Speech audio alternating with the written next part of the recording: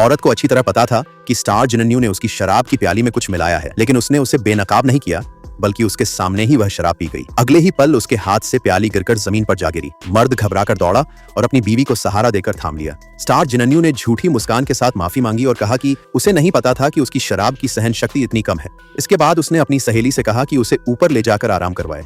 असल में स्टार जिनन्यू चाहती थी कि औरत की इज्जत बर्बाद हो जाए, लेकिन उसे क्या पता था कि इसी पल से उसका बुरा वक्त शुरू होने वाला है, क्योंकि अब वह औरत पहले जैसी नहीं रही जो किसी के भी हाथों की कठपुतली बन जाए। असल में उसकी सच्चाई यह थी कि वह एक पेशेवर शॉर्ट फिल्म एक्ट्रेस थी। कुछ दिन पहले ही उसने शूटिंग खत्म की थी और सेट से निकल रही थी, तभी उस पर लाइटिंग उपकरण गिर गया। जब उसकी दोबारा आंख खुली तो उसने खुद को उसी ड्रामा की दुनिया में पाया जिसमें वह उस बदनसीब महिला किरदार में बदल चुकी थी जिसे वह निभा रही थी। कहानी में कंपनी का सीईओ स्टार जिनन्यू की हर बात मानता है, लेकिन अपनी पत्नी जो उसके लिए सब कुछ छोड़ चुकी है उसे अनदेखा करता है। अंत में वह महिला दुख और अपमान से भरकर पागल हो जाती है और बदनामी के साथ दुनिया छोड़ देती है। लेकिन अब यह औरत नहीं चाहती कि उसका अंजाम भी वैसा ही हो।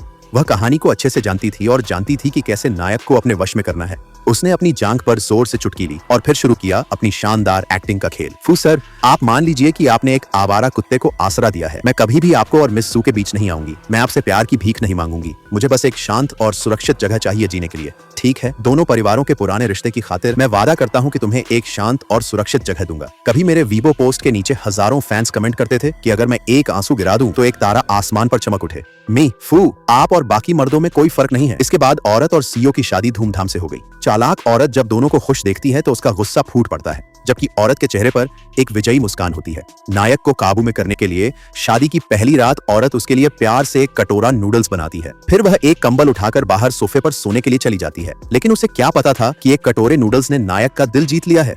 वह उसे कहता है कि वो शादी के बिस्तर पर ही आराम से सो जाए। नेक्स्ट पार्ट के लिए सब्सक्राइब करें और कमेंट करें पार्ट 2।